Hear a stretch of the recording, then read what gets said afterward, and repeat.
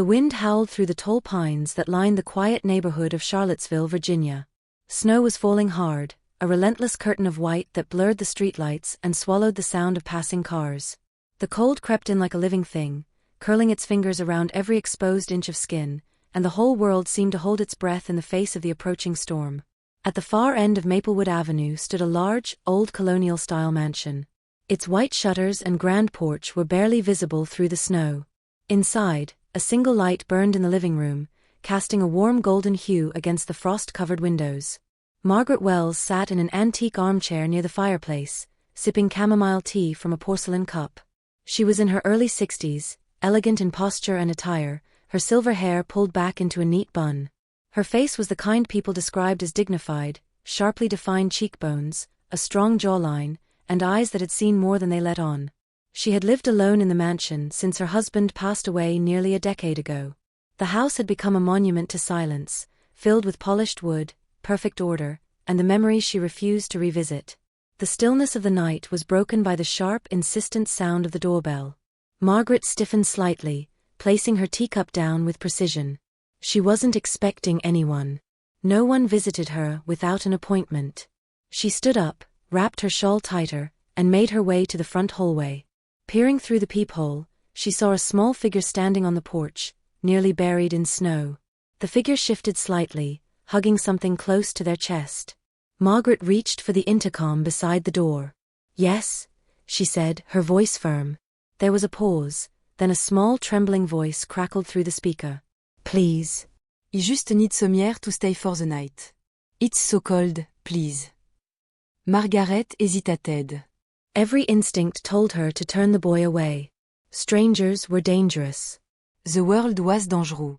But something in that voice, a desperation unclouded by manipulation, stirred a long-buried ache in her chest. "Wait there," she said, and clicked off the intercom. She opened the door cautiously. The blast of wind and snow hit her like a wave. Standing before her was a boy thin, no older than 10, wearing a threadbare hoodie and jeans soaked through with slush. His cheeks were red from the cold, lips trembling, but his eyes, large, dark, and terrified, met hers with pleading clarity.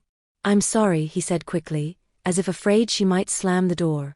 "I'm not trying to steal anything. I just need to be somewhere warm. My name is Ethan." Margaret took a breath, then stepped aside. "Come in," she said. The boy hesitated, then shuffled inside, leaving a trail of melting snow behind him. He clutched a battered canvas bag to his chest. Margaret gestured for him to sit near the fireplace. She called for her housekeeper, Nora, to bring a blanket and some hot cocoa. Ethan sat quietly, hands cupped around the warm mug, his eyes darting around the grand room. Everything in the house gleamed: bookshelves lined with leather-bound volumes, crystal chandeliers, paintings of landscapes and long-forgotten ancestors. It was a world Ethan had never imagined he would enter. "Where are your parents?" Margaret asked, standing across from him with her arms crossed. "My mom. She told me to come here if anything happened." She said, "You might help," Ethan said, his voice barely audible. Margaret's eyes narrowed. "She told you to come here? Who is your mother?" The boy glanced around the room again and pointed at the large portrait hanging over the fireplace. It was of a young woman in her 20s, with long chestnut hair and deep, expressive eyes. She wore a white dress and stood beside a blooming cherry tree. "That's her," Ethan whispered. "That's my mom. Her name is Hannah." Margaret's heart stopped. She turned to look at the portrait. Her face paled, and she gripped the back of the armchair for support. "That's not possible," she said, though her voice lacked conviction. "She showed me that picture once," Ethan continued, pulling something from his bag. It was a silver bracelet, dull with age, engraved with the initials HW. She said it was a gift from her mother. "That's you, isn't it?" Margaret took the bracelet from his outstretched hand. Her fingers trembled as she traced the engraving. She had given this to Hannah on her 16th birthday. 12 years had passed since she last saw her daughter. 12 years since that terrible argument. 12 years since Hannah slammed the door and walked out of the house with nothing but a backpack and fury in her eyes. Margaret's voice was barely more than a whisper. "You said your name is Ethan?" He nodded. "Ethan. What happened to your mother?" The boy's eyes filled with tears. She was trying to protect me. She worked a lot, cleaning houses, waiting tables. Then she got into trouble. People were after her. She told me to run, and if she didn't come back in a few days, I should find this house. I took a bus. I walked. I've been looking for 2 weeks. Margaret swallowed hard. The silence stretched between them. She wanted to believe it was a mistake, a coincidence. That this wasn't her daughter's son sitting in her house. But the evidence was mounting, and so was the guilt. Go get dry clothes for him, she told Nora, who had been standing nearby, stunned into silence. She looked back at Ethan. You can stay here for now. But I'll need time to understand everything. Can you tell me more about your mother? Ethan nodded slowly. I can. But, can I eat something first? Margaret nodded, and for the first time in years, there was the faintest crack in the ice of her expression. I'll have something made for you, she said. As Ethan followed Nora to get cleaned up, Margaret stood alone in the living room, the bracelet still clutched in her hand. She stared at the portrait of Hannah, the daughter she had loved and lost, and a single tear slid down her cheek. She had built her life around silence and pride.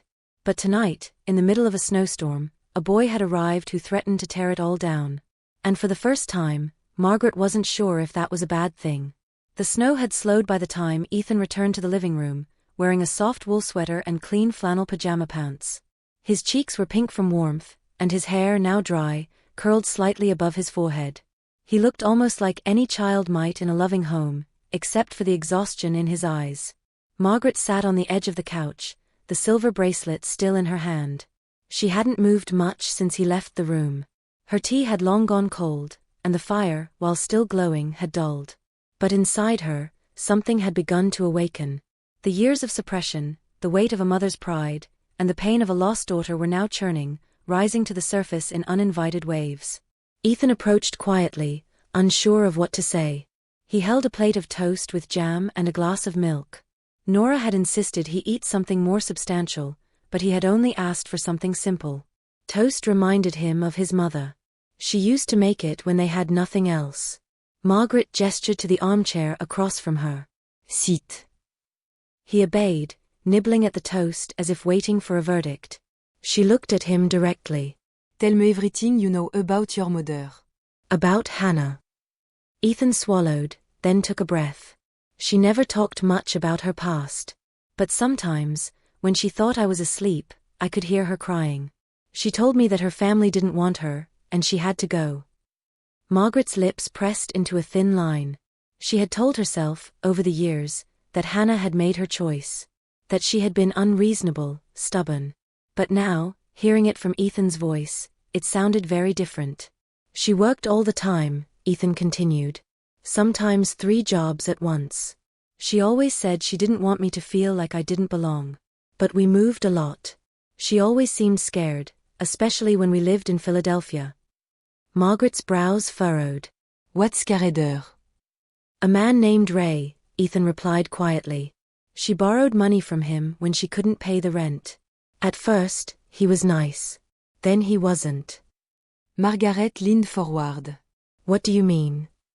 He came to the apartment once. Yelled at her. I was hiding in the closet. She told me to stay quiet no matter what. I heard her cry after he left. Margaret's chest tightened. She had imagined Hannah somewhere far away, building a new life, maybe even forgetting them. She had never imagined her being hunted by thugs, protecting a child with everything she had. Do you know where she is now? Margaret asked. Ethan shook his head. She said if anything happened and she didn't come back, I should find her mother. She told me your name and that you lived in a big white house. She said she hoped you would be different now. Margaret was silent for a long moment. The words stung more than she wanted to admit. Do you have anything else from her? She asked. Ethan hesitated, then opened the canvas bag he had kept with him. From inside, he pulled out a photograph, worn and creased, the corners bent. It was a picture of Hannah standing beneath a large cherry tree, wearing the same dress as in the painting above the fireplace. She looked younger, maybe in her early 20s, smiling shyly at the camera. Margaret reached for the photo with shaking hands. She remembered that day. It had been spring, the cherry blossoms in full bloom. Hannah had just been accepted to university. It was before the fights, before the ultimatums. She always carried this, Ethan said.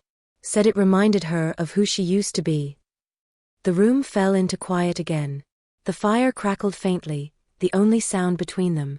Margaret finally spoke. Your mother was brilliant. Stubborn, but brilliant. I wanted the best for her, but I went about it the wrong way. I tukti fi coup de contrôle everything, I coup de protecteur. But I didn't protect her. I pushed her away. Ethan looked down at the bracelet in her hand.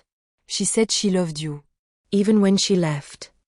That simple sentence nearly undid Margaret. She stood up and walked to the window. The snow outside had become gentler, falling like ash. The world looked peaceful, but inside her, there was a storm she could no longer ignore.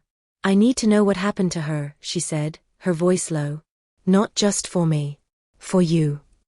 Ethan looked hopeful. You believe me now. I do, she said, turning back to him. But belief isn't enough. We need to find out where she is. If she's still alive. Ethan's face twisted with both hope and fear. You think she could be? I don't know. But we're going to find out. She picked up her phone and dialed a number from memory. After a few rings, a gruff male voice answered. Carter, it said. Detective Carter, Margaret said, her tone clipped. This is Margaret Wells. I need your help. It's personal this time. There was a pause. I haven't heard that name in a while. What is going on? I think I've found my grandson. And I believe my daughter may still be alive.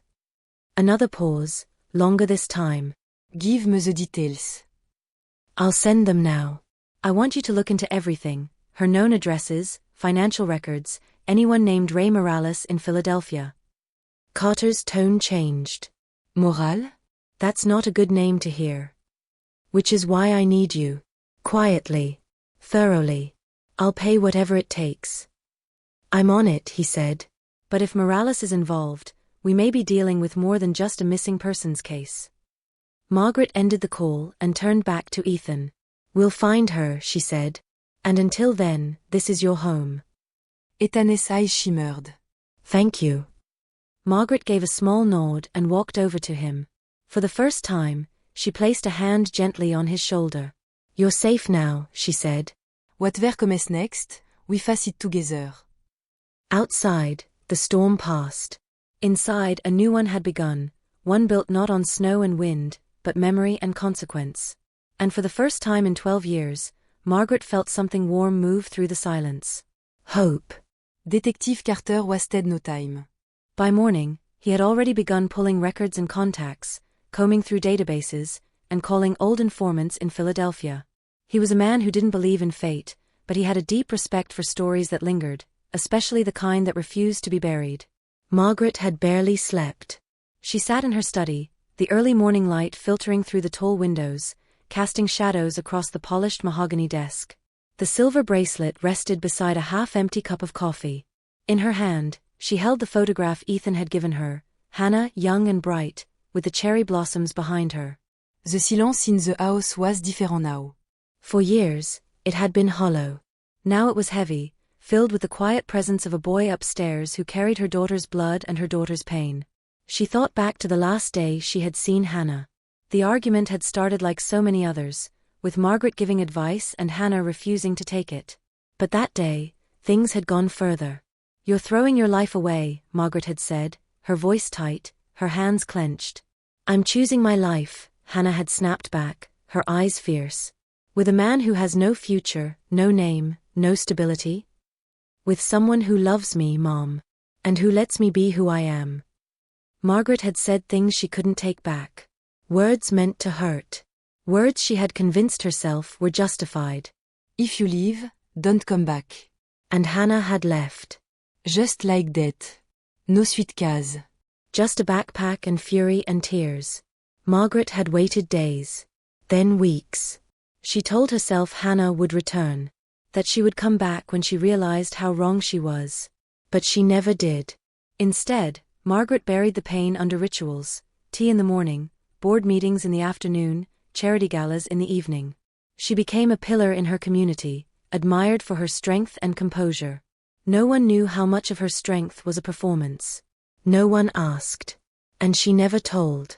Now, with Ethan under her roof, the past was clawing its way back. And this time, she couldn't ignore it. Ethan came down for breakfast, his hair messy, his eyes still heavy with sleep. "Good morning," Margaret greeted, her voice softer than usual. "Morning," Ethan replied, rubbing his eyes. She gestured to the table, where a plate of pancakes and fresh fruit awaited him. He sat down slowly, unsure if the warmth in her tone would last. "I spoke to someone last night," she said as he ate. "A man I trust." "He's going to help us find your mother." Ethan looked up, syrup on his chin. "Really?" "Yes. And I want you to know. I'm not going to stop until we find her." He nodded, but his smile was cautious. After breakfast, Margaret took Ethan on a tour of the house. She showed him the library, the sunroom, the garden now covered in snow. When they entered the music room, Ethan paused. A grand piano stood in the center, gleaming under the soft morning light. "My mom used to play," he said quietly. Margaret looked at the instrument, her throat tightening. She was very good. She could play by ear before she could read sheet music. Ethan stepped closer to the piano and pressed a single key. The note rang out, pure and clear. "Do you play?" she asked. "A little. She taught me some stuff. But we didn't have a piano. Just a keyboard from a thrift store." Margaret hesitated, then walked to the bench. She sat down and gently placed her fingers on the keys. She loved this song, she said, and began to play a soft, slow melody, an old lullaby she used to sing to Hannah as a child. Ethan watched in silence. When the song ended, he whispered, "She used to hum that to me when I was sick." They sat there for a moment, both lost in memory, the air between them thick with unspoken emotion. That afternoon, Detective Cotter called with an update. "I found her name on a lease in South Philadelphia," he said. "A small apartment above a laundromat. She lived there for almost 3 years." "Is she still there?" Margaret asked quickly. "No. She disappeared about a year ago. The landlord said she left without notice. But here's the thing, her last known employer was a diner 2 blocks away. I spoke to the owner. He remembers her. Said she was quiet, polite.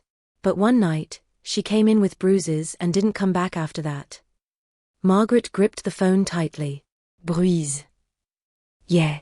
The owner suspected domestic trouble, maybe someone after her. He didn't press." Margaret closed her eyes. And the man. Ray moral. "He's real. Very real. Mid-level loan shark. Operate out of Kensington. Known for violence, but careful not to leave trails. Your daughter might have borrowed from him and couldn't pay back." Margaret's voice dropped.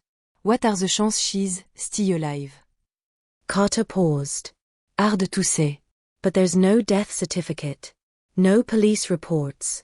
That means she either vanished by choice, or someone made her disappear quietly." "Keep looking," Margaret said. "Please." "I will." I will go some on watching moral. I'll let you know if anything comes up.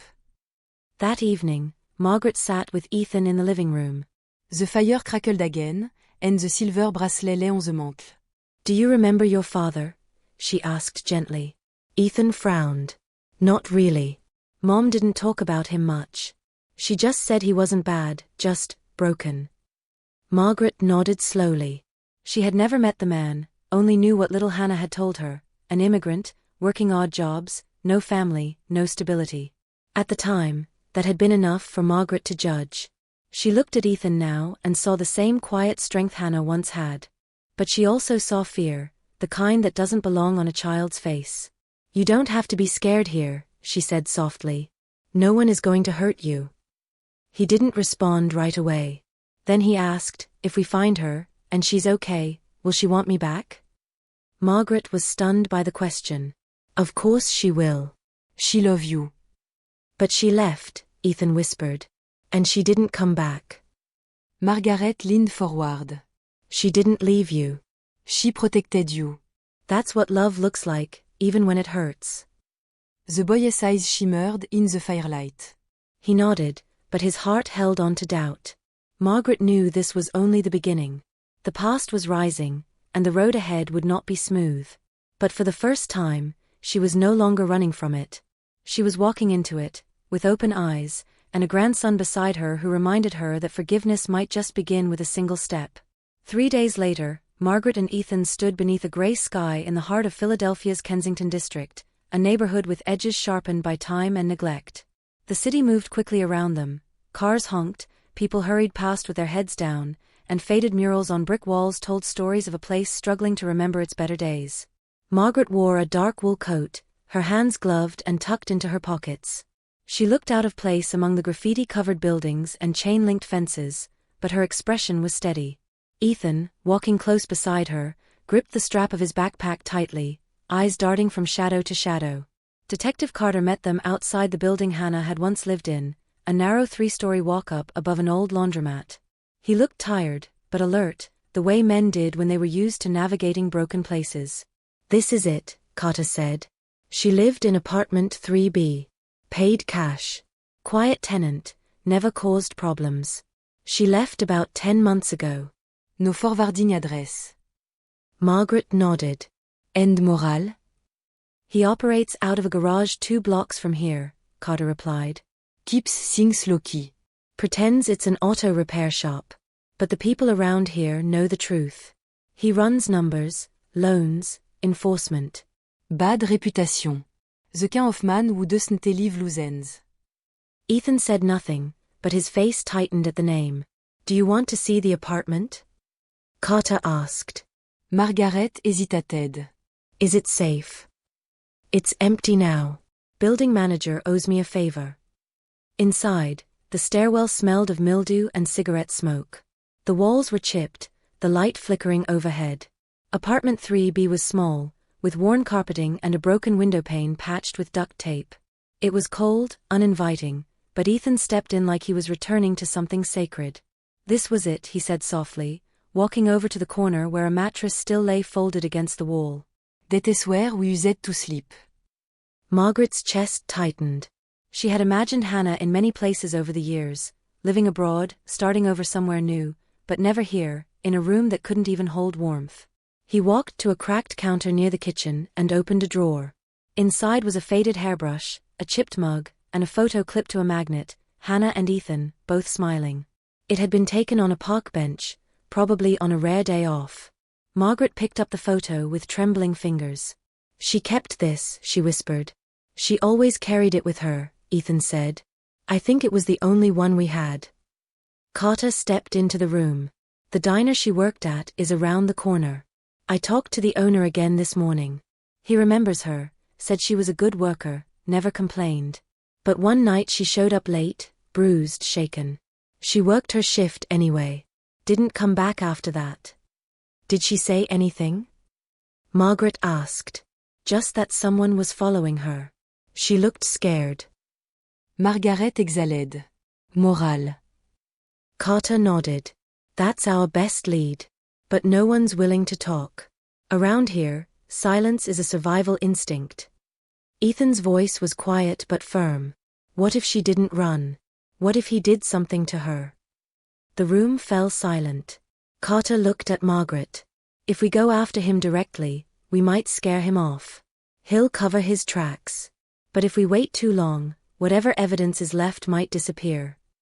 Margaret straightened her coat. "Then we don't wait."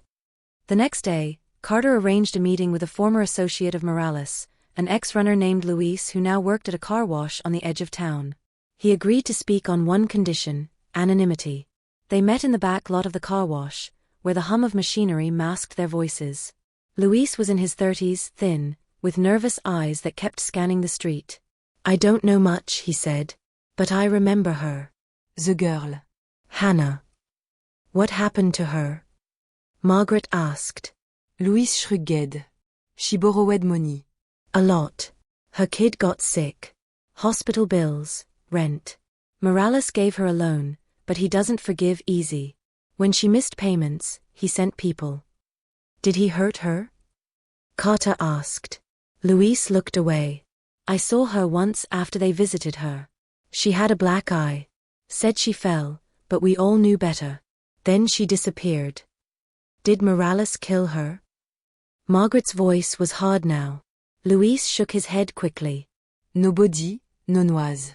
If he killed her, we'd have heard. He doesn't like messes. My guess? She ran. Phare. Maybe someone helped her. Who? Carter précède.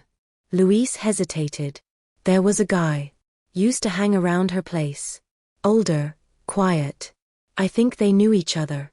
He showed up after she vanished. Asked questions. Then disappeared too. Ethan leaned forward. What did he look like?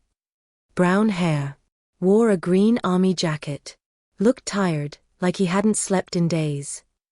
Ethan froze. That's him. Margaret turned to him. Who? My dad. Il remembait the jacket. He wore it in a picture Mom kept in her wallet. Margaret's heart pounded. You're sure? Ethan nodded. She told me his name once. Derek. She said he didn't stay, but he wasn't bad. Just lost. Carter took a deep breath. That gives us a new trail. If Derek helped her disappear, maybe he knows where she is. Margaret looked at Luis. Can you find him? Luis shook his head. I haven't seen him in months. But check the shelters. The missions. He looked like the type to fall through the cracks. That night, back in their hotel room, Ethan sat by the window, looking out over the city skyline. Do you think he's really my dad? He asked. I think it's possible, Margaret replied. Do you think he helped her? She paused. I don't know. But if he did, we need to find him. Ethan looked down. I used to wonder what it would be like to have a dad. Margaret sat beside him. What do you think now? Ich rugged. I just want to know if she's safe. Margaret put an arm around his shoulder. And we're not going to stop until we do. The ghosts of Philadelphia were many. But now at last, they had names, leads, pieces of a puzzle that was beginning to take shape. And somewhere out there, hidden behind fear and memory, the truth waited to be found. The morning after their meeting with Luis, the atmosphere in the hotel room had shifted. Ethan was quieter than usual, his movements deliberate, his words sparse. Margaret noticed immediately, but she didn't press. Something had changed in him, something she suspected had less to do with their investigation and more to do with her. They returned to Charlottesville later that day. Detective Carter remained in Philadelphia to continue tracking Derek, now a man of interest in both the search for Hannah and the pieces of a life Ethan had never truly known. Back home, the house felt unfamiliar to Ethan. Though its halls were warm and polished, they reminded him too much of the kind of life his mother never had. The rooms were too quiet, the ceilings too high. There were no scuffed walls, no sounds of neighbors through thin drywall, no smell of something simmering on a second-hand stove. The air here carried history, but not his. Not yet. Margaret tried to bridge the silence. She prepared meals, left books for him in the library, and spoke more gently than before. Still, Ethan remained guarded, watching her with the subtle mistrust of a child who had learned to question kindness. On the third evening back, after dinner, he finally broke the silence. Why didn't you come for us? Margaret looked up from her cup of tea. What do you mean? He sat across from her at the long oak table, legs swinging just above the floor. If you're my grandmother, why didn't you ever try to find us? Why did she have to run? Why didn't she think you'd help? Margaret froze. She hadn't expected the confrontation, not like this. Not from him. I didn't know where she was, she said slowly. But you didn't look either, did you?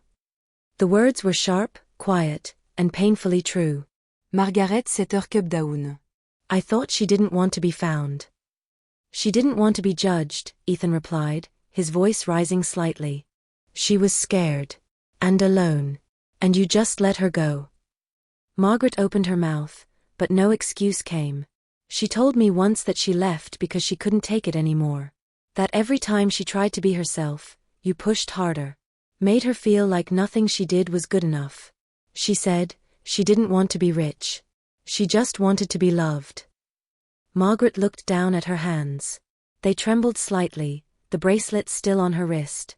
I wanted her to have a better life than I did, she said. I thought I was protecting her. Ethan's face twisted. Protecting her by throwing her out? There was silence. I told her she couldn't stay if she chose him, Margaret said quietly. And she chose him. So she had to choose between love and her mother? Margaret closed her eyes. I was wrong. The words hung in the air, heavy and brittle. I've told myself that for years, she continued. But telling myself doesn't make it right. I wanted her to succeed so badly, I forgot to ask her what she wanted. And when she walked out, I waited for her to come back.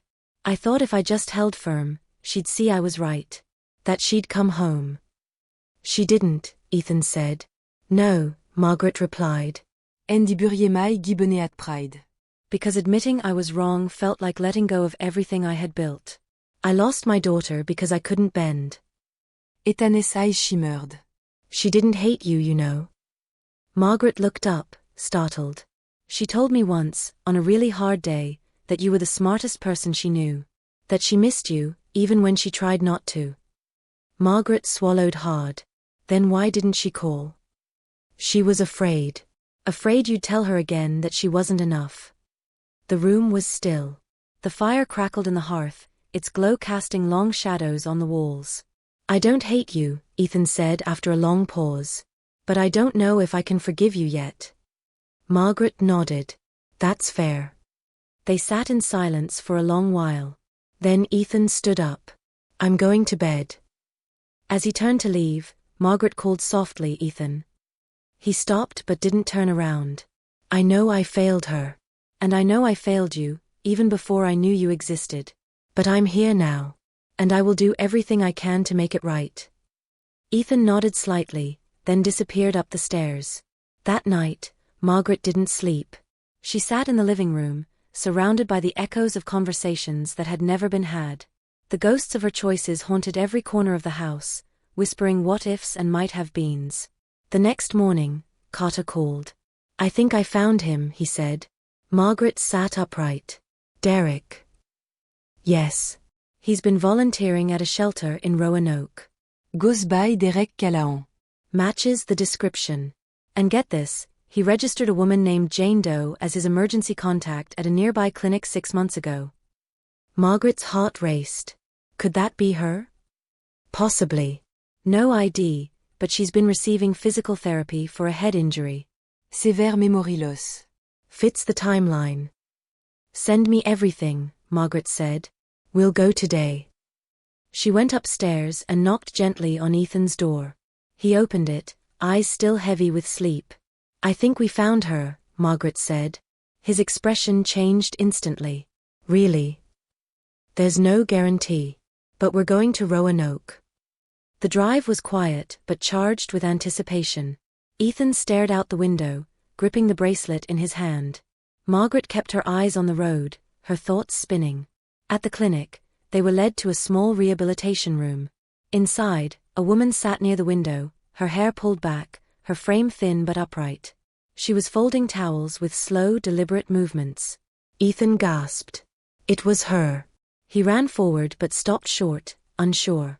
The woman looked up, startled. Her eyes, once so familiar, were clouded with confusion. Mom. Ethan whispered. She stared at him, searching his face. Then slowly, she shook her head. I'm sorry, she said softly. Do I know you? Ethan turned to Margaret, tears brimming. She doesn't remember me. Margaret stepped forward, her voice trembling. Her name is Hannah. Anna Wells. She's my doctor. The nurse nodded. We've been working with her for months. She had severe trauma. She's getting stronger, but the memory loss is persistent. Ethan took a hesitant step closer. It's okay, Mom. I'm here now. Hannah looked at him again. Something flickered, an instinct, a fragment, but it faded just as quickly. Margaret knelt beside Ethan. It's going to take time. But she's alive. And we found her. Ethan nodded slowly, his voice breaking. We found her. And in that moment, though the road ahead remained uncertain, something shifted. A wound long left open had not yet healed, but it had been touched, acknowledged, and for the first time in years begun to close. Margaret watched from the hallway as Hannah sat by the window in the rehabilitation room, folding towels with slow, almost mechanical precision. The woman before her was both achingly familiar and heartbreakingly foreign. There were moments, small, flickering instants, when something behind Anna's eyes stirred, a whisper of recognition, a shadow of memory. But each time Ethan spoke, each time Margaret offered a name or a story, that spark disappeared like mist in the sun. They stayed in Roanoke for 4 more days. Each morning, Ethan visited Hannah with a new story, a photograph, or a childhood drawing. He read to her, sang lullabies she once hummed to him, brought her chocolate chip cookies, the kind she used to bake. And though she accepted his gestures with quiet politeness, the look in her eyes remained distant. Margaret tried not to let hope erode into despair. She had learned patience late in life, and now, it would be tested to its limits. On the 5th day, Derek returned to the clinic. His presence in the room shifted everything. He spoke to Hannah with a gentle ease, like someone used to carrying the burden of someone else's pain. And while she still didn't remember him fully, there was something softer in the way she looked at him, an echo of trust. Margaret stood aside, watching Ethan as he watched Derek. The boy's gaze was full of questions he hadn't yet voiced. Later that night, back at the hotel, Ethan sat on the bed, holding the bracelet in his hands. "Do you think she'll ever remember?" he asked. Margaret sat beside him. "I don't know.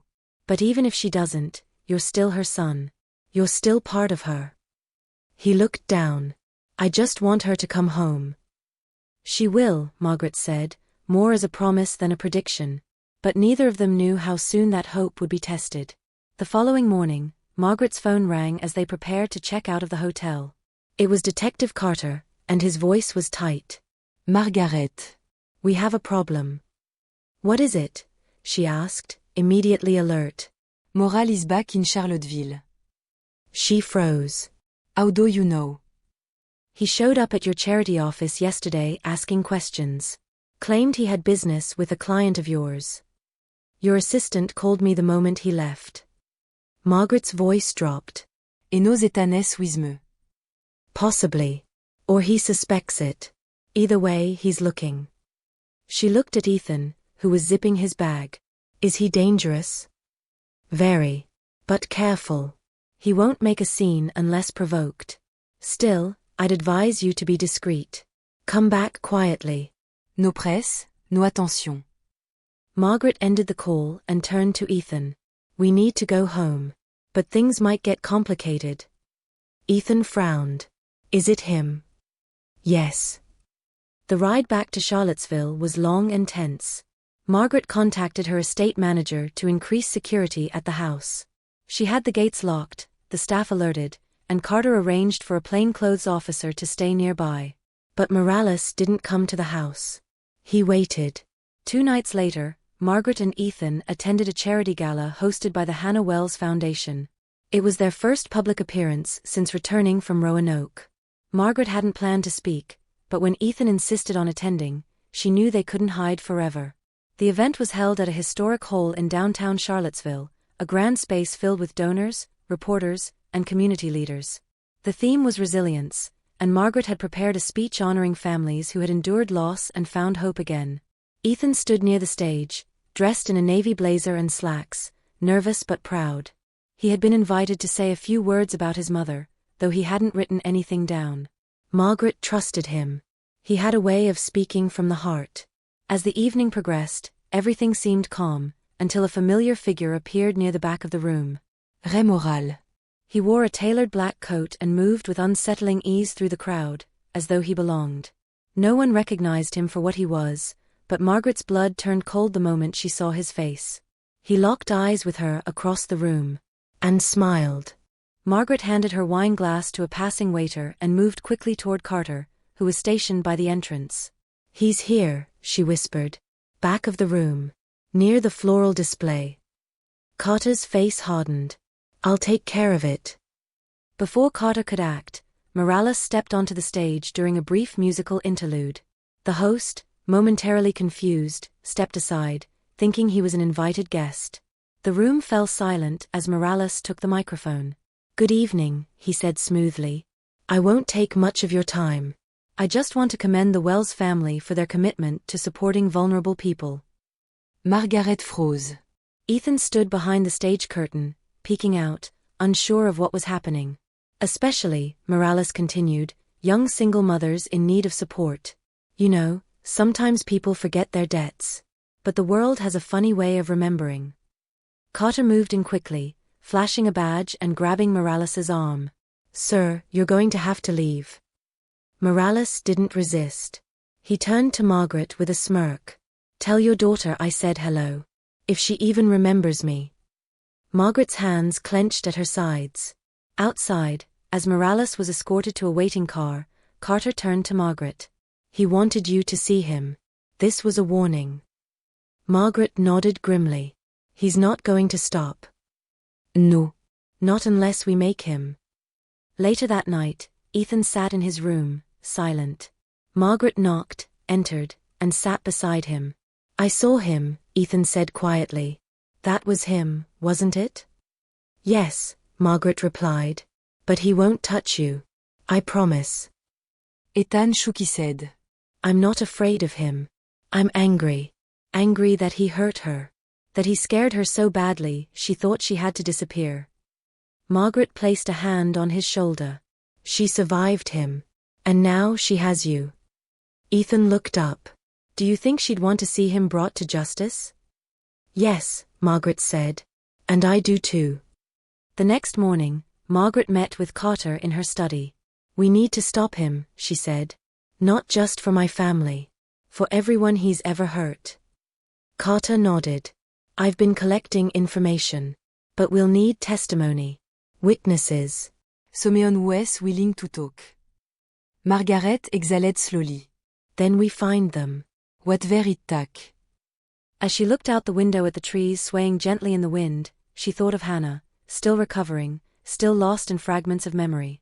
And of Ethan, who had found strength even in fear. The past was no longer hiding in the dark. It was standing in plain sight. And now they would face it, together. The days following the gala passed with a sense of mounting urgency. Detective Carter's team increased their efforts, gathering evidence against Morales. But without witnesses willing to speak on record, every lead remained fragile, vulnerable to being buried beneath silence and fear. Morales, shielded by layers of intimidation and legal maneuvering, remained untouchable, for now. At the same time, Margaret turned her focus back to Hannah. Her daughter's recovery remained slow, but steady. Each visit to the clinic in Roanoke offered a flicker of progress, a half-smile at a familiar story, a hesitant hum of a childhood tune. The recognition wasn't full, but something inside her was beginning to stir.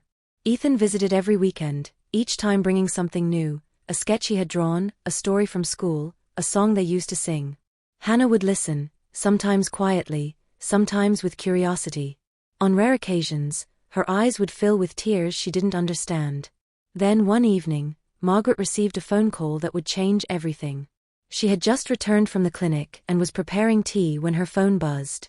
The number was unfamiliar, but she answered without hesitation. Mrs. Wells. Yes. My name is Derek Callahan. She froze. I believe you're looking for me. Margaret steadied her voice. Yes, I am. There was a pause. The voice on the other end was calm, but cautious. I didn't know if I should call. But I saw the press from the gala. Morales being there, it made things feel more dangerous than before. Where are you now? I'm nearby. I've been working at a shelter in the outskirts of Roanoke. I've been checking on Hannah, from a distance. Margaret's briscoed. Why didn't you come forward sooner? Because I thought it would make things worse. For her. For your family. I'm not proud of my past, Mrs. Wells. I wasn't a good man back then. I had no business trying to build a life with your daughter. You were right about that. Margaret closed her eyes. I wasn't right about many things. I just want to help now, Derek said. I want to testify. About Morales. About what he did to her. Margaret's pulse quickened. Are you willing to do it officially? On record? I am. I've stayed silent too long. Later that evening, Carter arrived at Margaret's estate to take Derek's preliminary statement. They met in the library, where the fire crackled and the room carried the weight of old books and older regrets. Derek was in his late 30s now, with sun-worn skin and tired eyes. His green army jacket looked threadbare but clean. His hands were rough, calloused from years of hard labor. He sat across from Carter, recounting the timeline in low, deliberate tones. I met Hannah when we were both working night shifts, her at a diner, me at a freight loading dock. She was smart, funny, and stubborn as hell.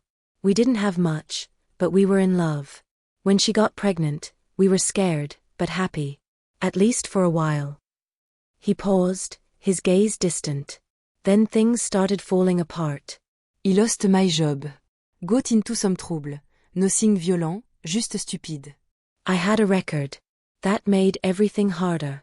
When the bill piled up, Anna borrowed money from Moral. I warned her not to, but she didn't have options. We were desperate. Carter nodded, taking notes. She was supposed to pay it back in 3 months. But with rent, food, and a baby coming, it didn't happen. Morales sent his people. They threatened her. One night, I came home and found her bruised. That is when he left. I thought if I disappeared, they'd stop going after her. That she'd be safer without me. You abandoned her? Carter asked. Derek's voice cracked. Yes. I thought I was doing the right thing. I wasn't. She ended up paying for it. He continued, detailing how he had returned to check on her nearly a year later. But she was gone. The neighbors said she had disappeared after a bad accident. He spent months trying to find her, eventually discovering her at the clinic, unresponsive, recovering from head trauma. She didn't remember me, he said. So I stayed close. Volunteered at the shelter nearby. Watched over her. Did you witness Morales threatening her directly? Carter asked. Yes. Twice. I saw him grab her arm outside her apartment. Another time, I heard him shouting inside while she cried. I can describe both incidents. I can tell you the names of 2 of his men. That could be enough to open a case, Carter said. But you'll need to go on record. Maybe testify in court. Derek nodded. I will. After Carter left, Margaret remained in the library with Derek. You saved her life, she said softly. I failed her first, he replied. So did I. They sat in silence for a long time, united by guilt and a shared love for a woman they had both wronged. The next day, Derek accompanied Margaret and Ethan to the clinic. When Hannah saw him, something shifted. Her gaze lingered longer than before. She tilted her head, studying his face. I know you, she said slowly. Derek didn't move. I hope so. You brought me soup once, she said, and sat by the window. Derek smiled, his eyes wet. Yes. You were sad, she added, but kind. Margaret stepped forward. His name is Derek. He's Ethan's father. Hannah looked at Ethan, then at Derek. She didn't speak, but her hand reached forward slowly, uncertainly. Derek took it gently. Even if you don't remember, he said, I'm here now. And I'm not going anywhere. Later, in the hallway, Ethan turned to Margaret. Do you think she'll ever come home? Margaret looked through the window at her daughter, sitting beside Derek, her hand still in his. I think, she said carefully, that part of her already has. For the first time, Margaret saw not just fragments of hope, but the fragile beginning of something whole. Not a return to what was, but a path toward what could be. And as the snow began to fall again outside, lightly this time, it no longer felt like an ending.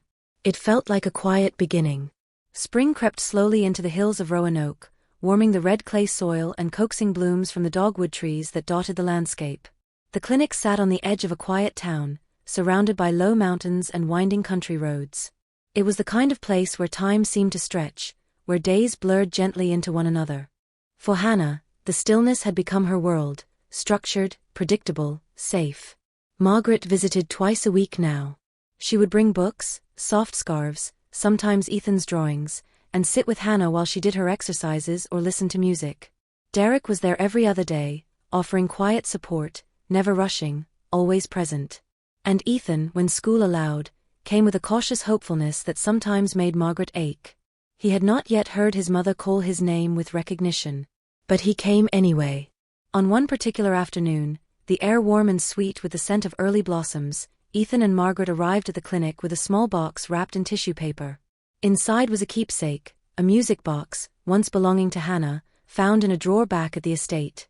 Margaret had kept it all these years, too proud to throw it away, too pained to open it. They entered the common room where Hannah sat by the window. She had taken to watching the birds that came to feed at the sill, murmuring soft comments to herself about their colors and shapes. "Hi, Mom," Ethan said, his voice steady. Hannah turned.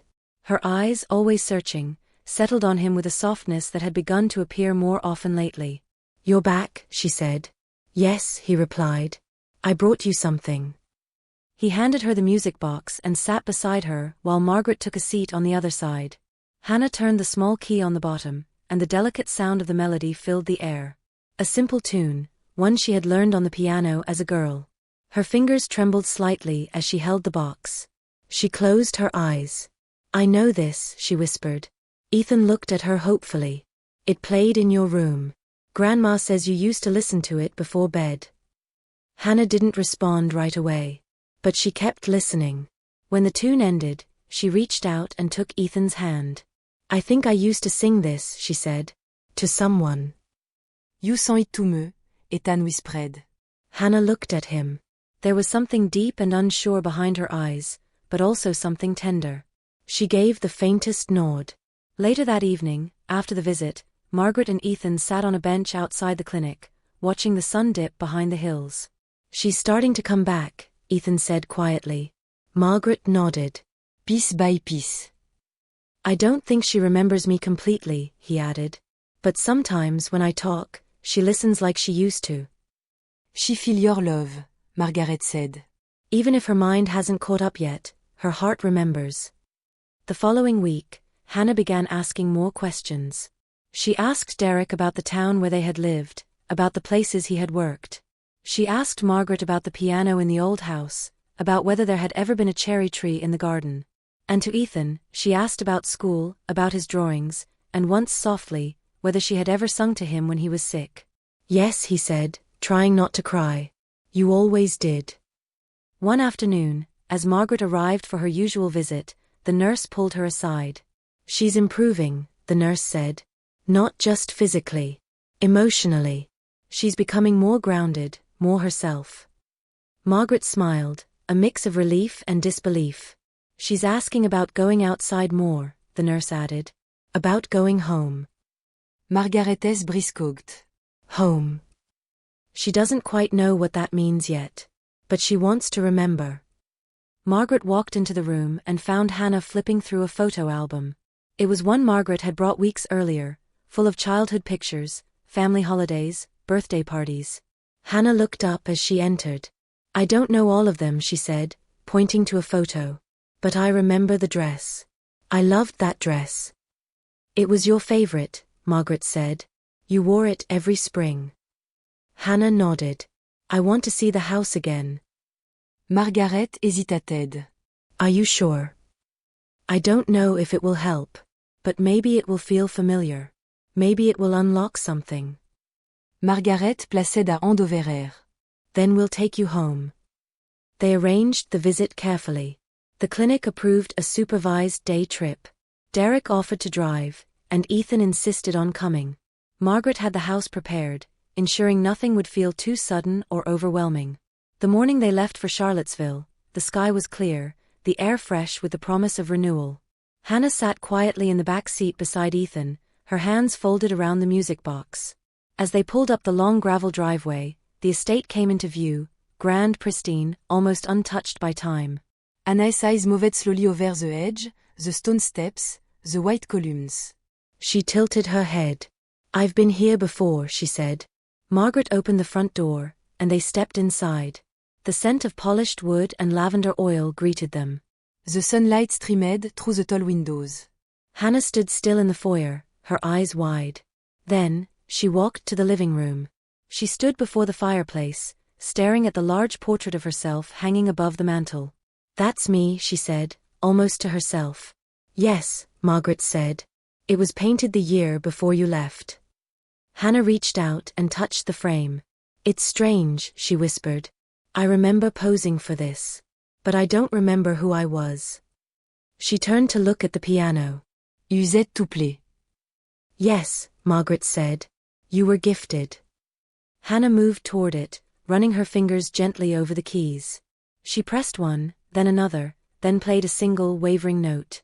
Then she sat down and began to play the melody from the music box, hesitant at first, then smoother, more assured. Ethan watched in awe. Derek stood silently behind him, his hands clasped.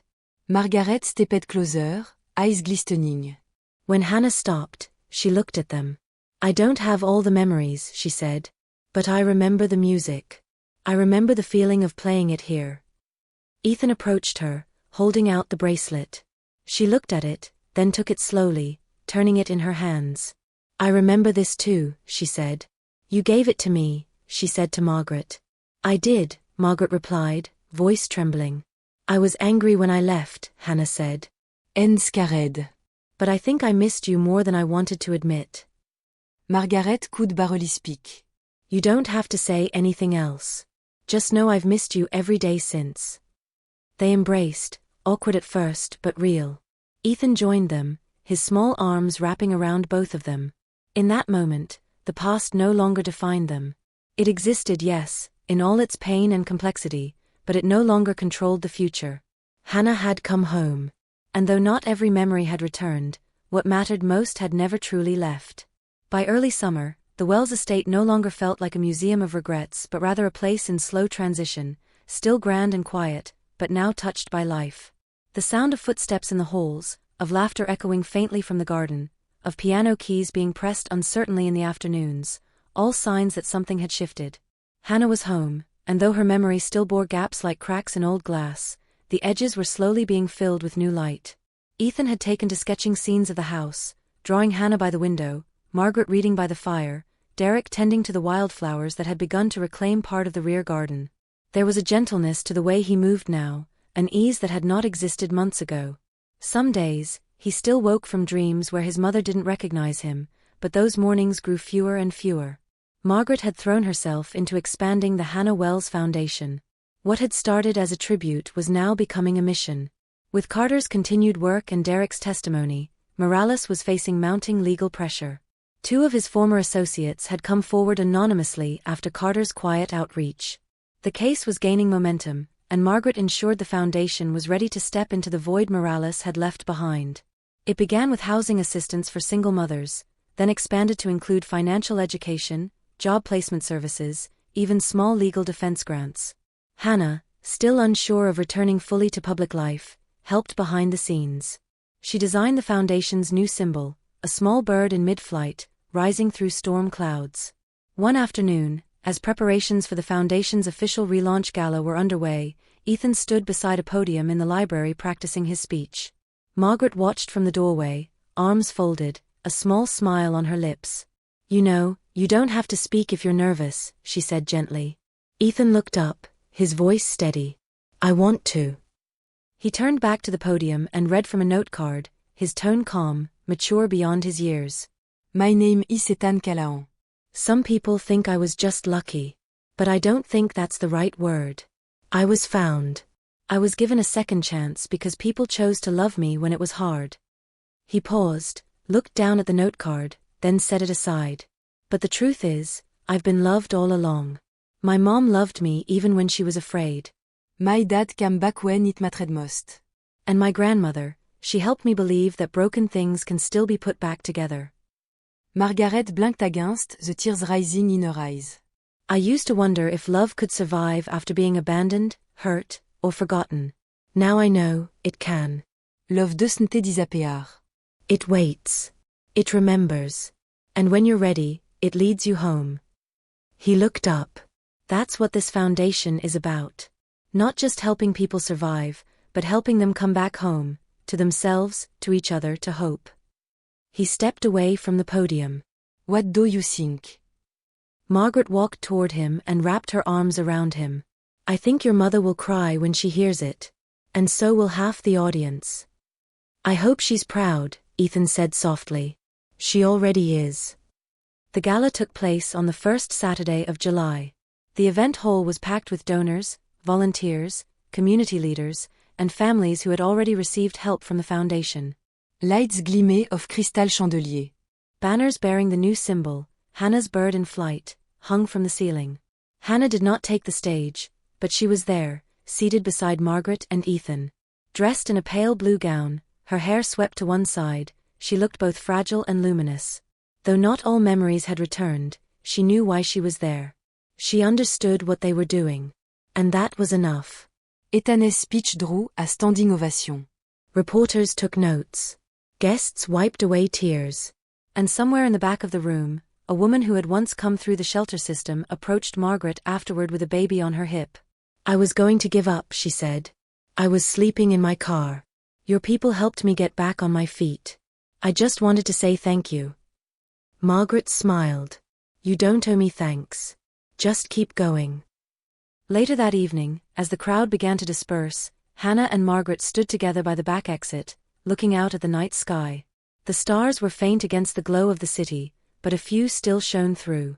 Amsti note sur femme ready, Anna said softly. "You don't have to be," Margaret replied. You rire. Det is enough.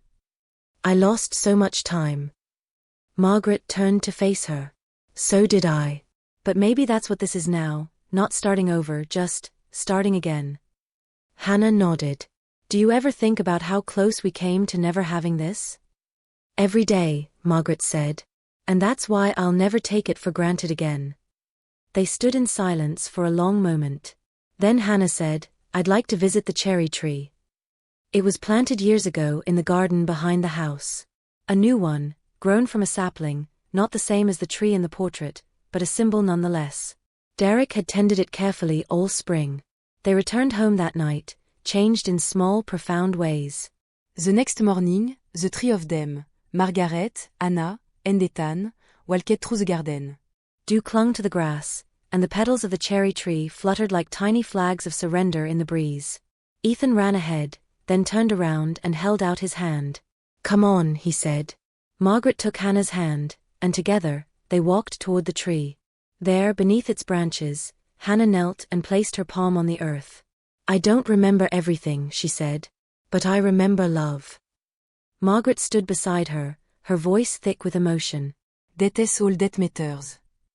They stayed there a while, not speaking, just breathing in the stillness. The past could not be erased.